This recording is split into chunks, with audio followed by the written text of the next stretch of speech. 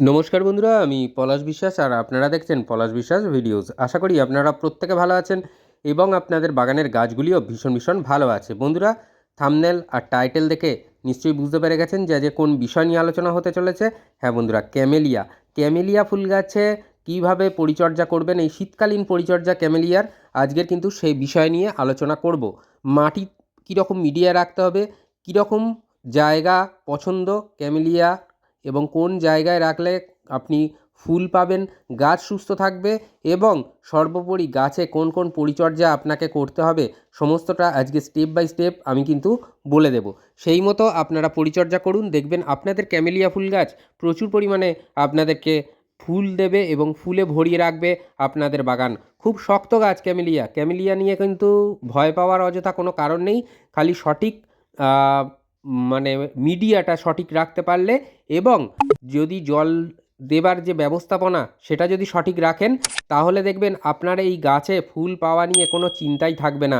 নতুন নতুন ডাল ঠিক এইভাবে বেরোবে এবং তাতে কুঁড়ি আসবে এবং ফুল ফুটবে। তো বন্ধুরা, একটুও স্কিপ না করে ভিডিওটা সম্পূর্ণ দেখার অনুরোধ রইল, কারণ প্রতিদিন সন্ধ্যে 6টায় বাগান সংক্রান্ত ভিডিও কিন্তু আমার চ্যানেলে আসে, কখনো শর্টস ভিডিও এবং কখনো এই বড় বিস্তারিত আলোচনা সহযোগে যে ভিডিও সেইগুলো।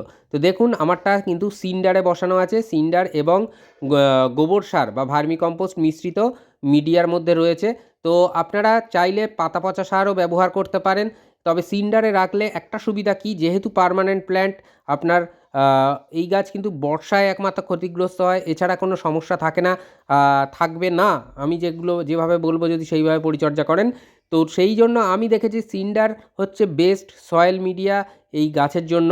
তো কিভাবে প্রথম সয়েল মিডিয়াটা বানিয়ে নেবেন আমি বলে দিই। সিন্ডার বা ঘেঁস নেবেন আপনার টবের 80%, যে টবে গাছ প্রতিস্থাপন করবেন সেই টবের 80% সিন্ডার বা ঘেঁস নিবেন, আর বাকি যে 20% থাকবে সেটা ভার্মি কম্পোস্ট বা পাতা পচা সার অথবা 1 বছরের পুরনো গোবর সার, এই দিয়ে মিডিয়াটা বানান। দেখবেন আপনার এই ক্যামেলিয়া ফুল গাছ যে শিকড় পচে যাওয়া, গোড়া পচে মরে যাওয়া বা ফাঙ্গাস লাগা এই ধরনের কোনো সমস্যা থাকবে না। তো মিডিয়াটা পরিষ্কার হয়ে গেল আপনাদের কাছে। এরপরে বলবো যে গাছটিকে কোন জায়গায় রাখবেন। দেখুন, এই গাছ কিন্তু চড়া সূর্যের আলো, মানে সরাসরি যে সূর্যের আলো এবং পশ্চিমের বিকেলের দিকে যে সূর্যের ঢলে পড়া আলো, এই দুটো কিন্তু একদম পছন্দ করে না। অর্থাৎ আপনাকে গাছটিকে এমন স্থানে রাখতে হবে যেখানে ইনডিরেক্ট সানলাইট আসছে, অথবা আপনার গাছ যাতে সকালের দিকে নরম রোদটা পায় সেই রকম জায়গা বাগানের মধ্যে কিন্তু আপনাকে গাছটিকে ঠাঁই দিতে হবে। যারা ব্যালকনিতে গাছ করেন তাদের কাছেও এই ক্যামেলিয়া গাছ কিন্তু খুব সুন্দরভাবে হবে। তবে হ্যাঁ, পশ্চিমের যেন রোদটা ডাইরেক্ট না পড়ে গাছে, সেই বিষয়টা আপনাদের খেয়াল রাখতে হবে। আর সরাসরি সূর্যের আলো যেন গাছেতে না লাগে। তো সেক্ষেত্রে কোনো শেডের ব্যবহার করতে পারেন, আর না হলে যেখানে নরম সূর্যের আলো, অর্থাৎ পূব আকাশের যে সূর্যের সকালের দিকে ভোরের বেলার যে সকালের আলো সেটা পড়লে খুব ভালো এই গাছের জন্য। তো মিডিয়াটা কোন জায়গায় রাখবেন এটা বুঝে গেলেন বাগানের। আর যে জায়গার কথা বলবো আরেকটা, সেটা হচ্ছে জলের ব্যবস্থাপনা, যেটা কিনা এই ক্যামেলিয়া ফুল গাছের জন্য বিশেষ গুরুত্বপূর্ণ। যদি আমরা কাদা জ্যাবজ্যাবে হয়ে থাকে বা মানে স্যাঁতস্যাঁতে মাটি, এমন মাটি কিন্তু কখনোই পছন্দ করে না ক্যামেলিয়া ফুল গাছ। শিকড় পচে যায়, ডাইব্যাক হয়ে যায়, সেই কারণে আপনারা বলেন যে ক্যামেলিয়া গাছ এনে বসিয়ে বাঁচাতে পারি না। এই গাছ কিন্তু খুব হার্ডি গাছ, যদি সঠিকভাবে রাখতে পারেন এই গাছ কিন্তু আপনাদের কাছে বছরের পর বছর থাকবে। তো জলটা দিতে হবে এরকমই, মিডিয়াটা অন্তত দেখবেন 4 ইঞ্চি টপ সয়েল শুকাচ্ছে বা উপরের মাটি যদি 4 ইঞ্চি শুকনো হয় তারপরে কিন্তু জল দেবেন, পরিমিত জল দেবেন, বেশি নয়। আর জল যেন নিষ্কাশন হয়ে বেরিয়ে যায় সেই রকম মিডিয়া কিন্তু আপনাদের বানাতে হবে। সেই জন্যই আমি সিন্ডারটাকে ব্যবহার করি এবং সিন্ডারের মিডিয়া সবচেয়ে ভালো এই গাছের জন্য। এবং তার সাথে যদি পাতা পচা সার এবং ভার্মি মিশিয়ে নেন তাহলে আরও ভালো রেজাল্ট পাবেন। এই গাছের উপরের দিকে ভার্মি দিয়ে মাঝে মাঝেই মালচিং করে দিতে পারেন, দিন 15 বা 20 ছাড়া ছাড়া, যেটা কিনা এই গাছের জন্য খুব ভালো রেজাল্ট আপনাকে এনে দেবে। তো ভার্মি কম্পোস্ট বা 1 বছরের পুরনো যে শুকনো গোবর সার সেটা দিয়ে মালচিং করে দিতে পারেন, খুব ভালো রেজাল্ট পাবেন। এই গাছ শীতকাল থেকে আপনি মে মাস অবধি কিন্তু এই গাছে ফুল পাবেন এবং খুব ভালো রেজাল্ট পাওয়া যাবে। ততদিন পর্যন্ত খাবার দেবেন, কিন্তু যখনই জুন বা জুলাইয়ের দিকে তখন কিন্তু গাছে খাবার দেওয়া টোটালি বন্ধ রাখবেন। কোনো খাবার দেওয়ার কোনো প্রয়োজন নেই। মাঝে মাঝে কীটনাশক বা নিম অয়েল স্প্রে করবেন এবং ফাঙ্গিসাইড স্প্রে করবেন। তো দেখুন, এটা দেখছেন যেটা মাইক্রোনিউট্রেন্ট, যেটা অ্যাগ্রোমিন গোল্ড দেখাচ্ছি, এটার মানে এটাই কিনতে হবে বা এটাই আপনার গাছে দিতে হবে এমনটা নয়, বা এর বিজ্ঞাপন আমি দিচ্ছি না। যে কোনো অনুখাদ্য বা মাইক্রোনিউট্রেন্ট দিতে পারেন গাছে, অ্যাগ্রোমিন গোল্ড, অ্যাগ্রোমিন ম্যাক্স, বা আপনারা দিতে পারেন সাগরিকা, আপনারা দিতে পারেন অল ইন গোল্ড সুপার বা বায়োভিটা এক্স। এমন কিন্তু বিভিন্ন ধরনের অনুখাদ্য বা মাইক্রোনিউট্রেন্ট আপনারা গাছে স্প্রে করতে পারেন। এটা কখন করবেন?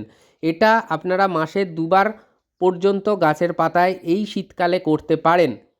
এবারে যেটা বলবো, যে মিডিয়ায় বা মাটিতে বা যেটা সিন্ডারে বসানো আছে সেই মিডিয়াতে কি খাবার দিতে হবে বন্ধুরা, আপনারা 10 দিনের ব্যবধানে সুফলা 10-26-26 10 ইঞ্চি টবের জন্য আপনারা হাফ টেবিল চামচ করে দিন।